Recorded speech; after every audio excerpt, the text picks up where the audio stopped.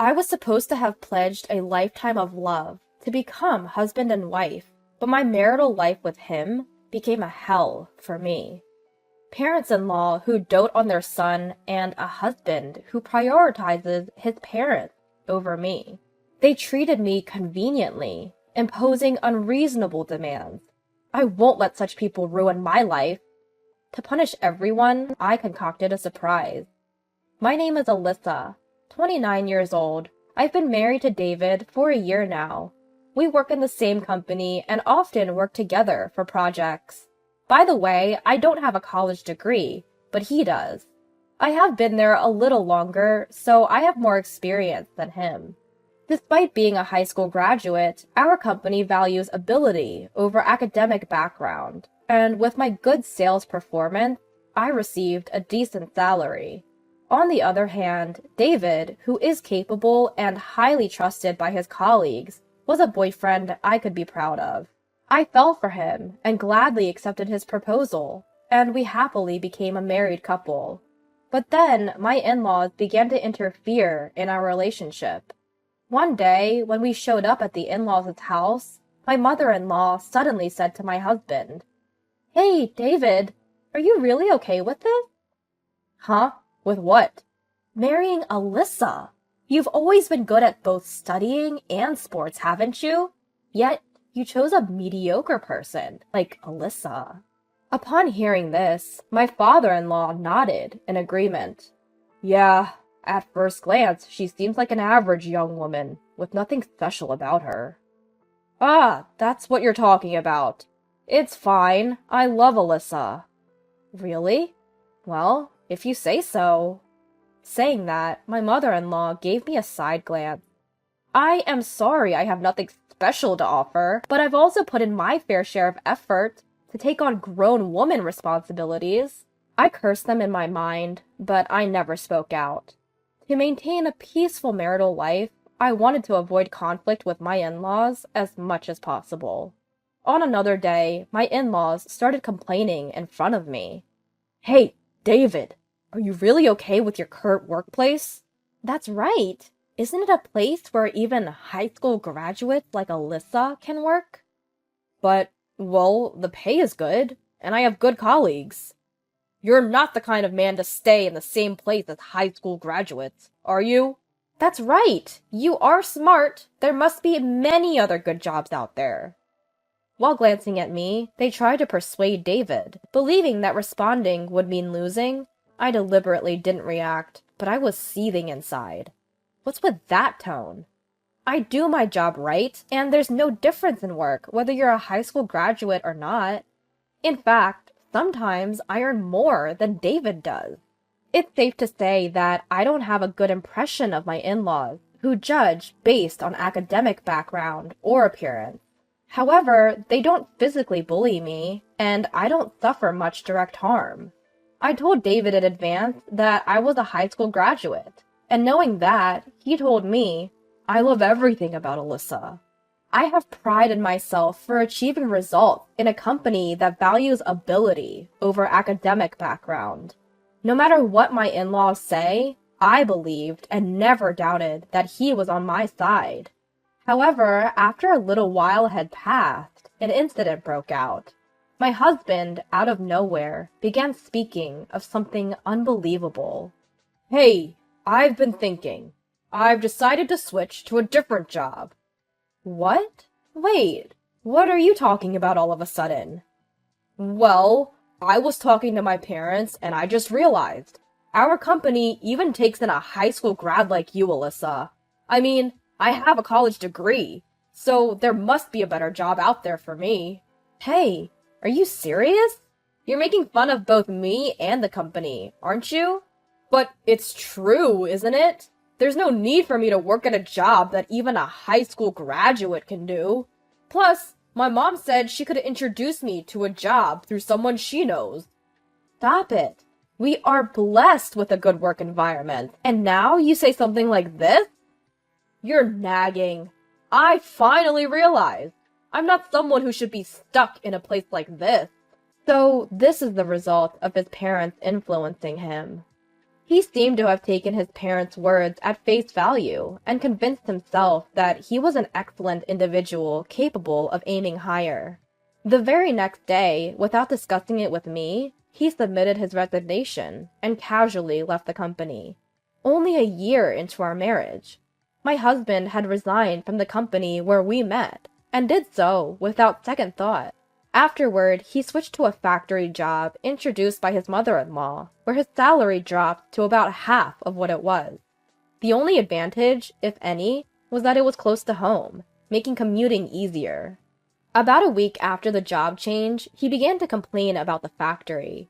That guy! Even though he never went past middle school, but he has the nerve to tell me what to do. While scattering his clothes about, my husband spat out his words loudly. I stepped in to stop him. Wait, why are you so angry? If you make such a loud noise, it's going to bother the neighbors. Shut up! Why do I, a university graduate, have to be bossed around by a low-level boss who's just a middle school graduate? Well, you just started there. It can't be helped. He's your boss, right? I don't care! He can't even study, but he has the nerve to boss me around? Damn it! Who's the real problem here? What can a newcomer do without instructions from your boss? You chose to switch jobs, so bear with it a little. I know that already. Will he be able to continue at his current workplace? How long can he endure this situation? Nevertheless, my admonition only made his mood worse.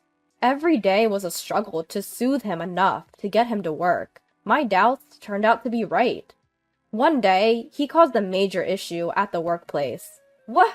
You broke the factory equipment? In response to my shock, my husband slammed his hand on the table. It's not my fault. It's that damn boss who pissed me off. But that doesn't mean you should break the factory equipment. That's absolutely unacceptable, right?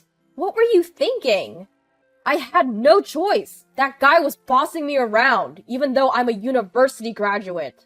The trigger was when his boss, who only graduated from middle school, criticized my husband for not working seriously. In response, my husband insulted his boss's academic qualification.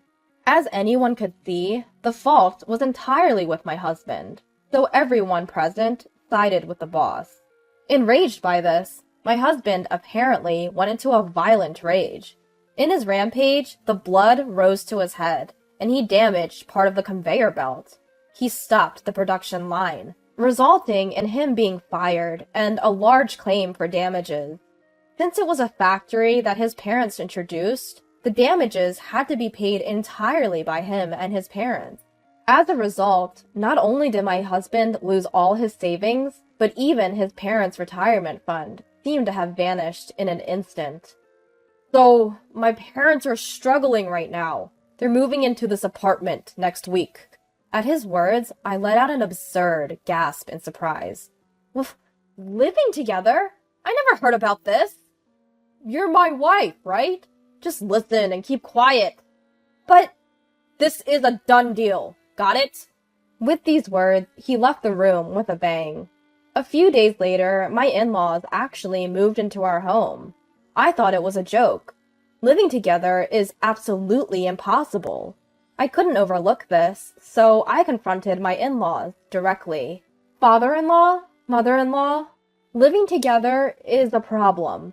Shut up! It's your fault as well, as the wife that our son couldn't make it at the factory. That's right! It's because you neglected David's mental care, isn't it? Wait a minute. How does this become my fault? Can't you shut up? Our life is a mess because of you. That's right. If you had done things right, this wouldn't have happened. It's all your fault, so living together is natural, right? Huh? What is that? The logic is all messed up. Living together is impossible. Shut up. Our home was rented and we've already terminated the lease. There's nowhere else to go. That's right. We have nowhere else to go other than here. Despite moving in without permission, my in-laws had a lot to say. Furthermore, even my husband began to insult me, egged on by his parents. Hey, Alyssa, I married you. You should be happy to be married to someone as excellent as me, shouldn't you? Forget about that. Can't you start looking for a job soon? It's hard on the household finances now that we're living together. What did you say? You're cheeky for a wife. Supporting your husband is a wife's duty, and supporting your husband's family is also a wife's duty, right? Huh? I'm getting sick of my husband, who spouts nonsense as if they make sense. Moreover, neither my husband nor my in-laws help with the household chores at all. I have a job too. I can't make elaborate meals, and the cleaning inevitably gets neglected. No matter what they say, I kept a cool attitude, saying, because it's hard on the household finances. If they're not happy with it, they, who caused the situation, should do it.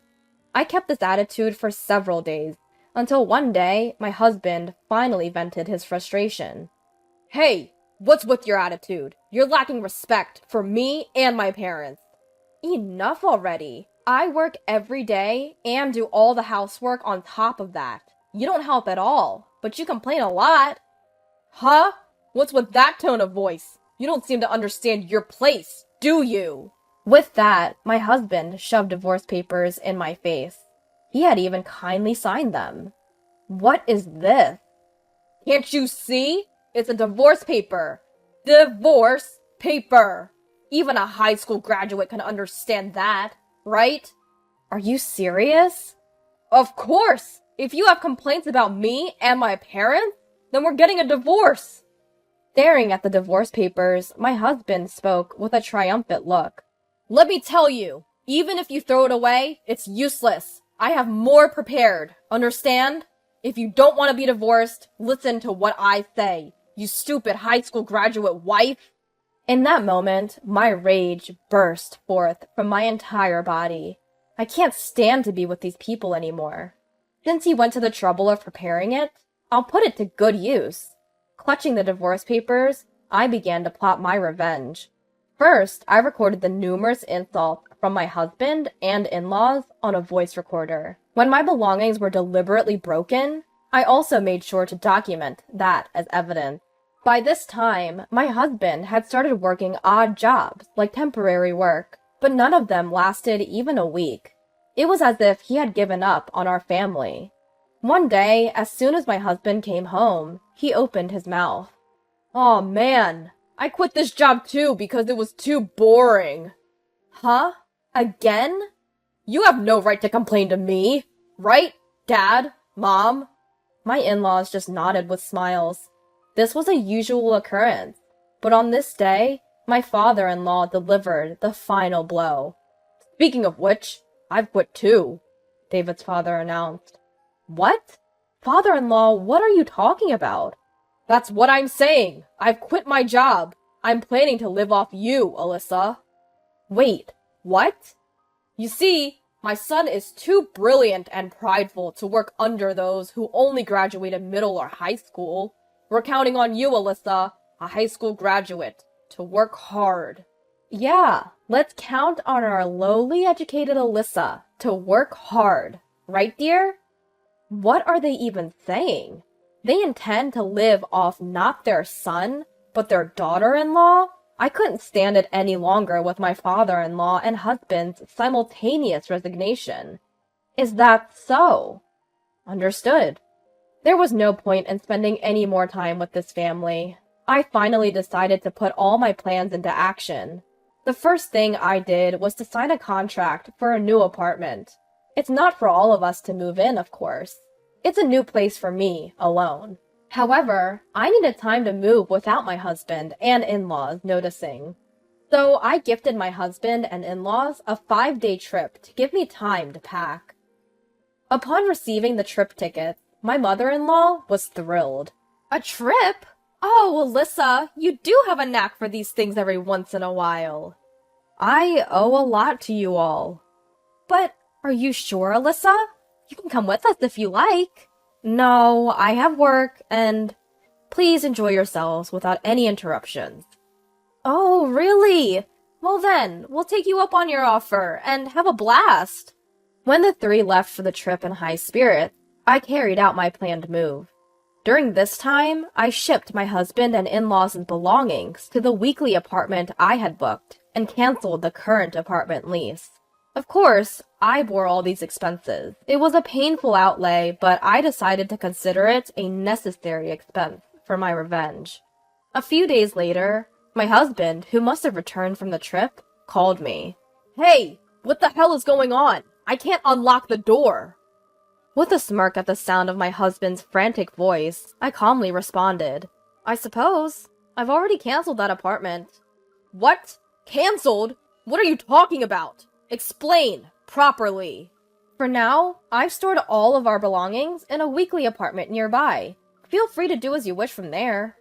"What? What does that mean? You always doing as you please. If you get too cocky, you'll pay for it later." "Are you threatening me? Should I call the police?" "Damn it." As my husband cursed, "How dare you, my foolish wife!" I dropped a bombshell. "Oh? I'm not your wife anymore." "What?" "To prevent any legal issues later, I've already completed the divorce proceedings." "What? When? Such a selfish act. You think it's acceptable." Taking a deep breath, I sped out towards my phone. "Sorry, but I don't need your permission. You've made fun of me for being a high school graduate long enough, and now you've quit your jobs to become temps? I'm done with you. Enjoy your family life without me." "Hey, you must be kidding. I didn't really mean to divorce." "Why should I listen to you at this point? We're strangers now. I don't care what happens to you at all." "Please wait." "You've enjoyed looking down on people, haven't you? I can easily imagine your struggles, and it makes me laugh. Go as low as you can with your family, you trash," I said, and promptly hung up the phone. After that, my husband David kept badgering me with phone calls, but I ignored them all. Later, David and my in-laws caused a ruckus at the entrance of the apartment building, dramatically damaging part of the mailbox, which ended up becoming a police matter. Apparently, they were taken away as is. Ultimately, they were asked to pay for the damages to the mailbox, which added to their debts. Truly, they are a hopeless family. The lease for the weekly apartment where I sent my things is about to expire. Since they do not know my new address, they can't rely on me. I can't help but wonder how David, who quit his job at the same time as his father and his stay-at-home mother, are going to survive from here on out. To make matters worse, my in-laws have even canceled the lease of their rented family home. I can almost see them sinking into a bottomless swamp. I can't help but admire my well-executed plan. I don't know how they're going to survive from here on out, and frankly, I don't care. But it's clear their future isn't bright. They brought this upon themselves. On the other hand, I am living carefree in my new home alone. Being able to spend my time leisurely without anyone bothering me is the ultimate bliss. For the time being, I don't think I'll be living with anyone else. From now on, I plan to thoroughly enjoy my time, free of any worry.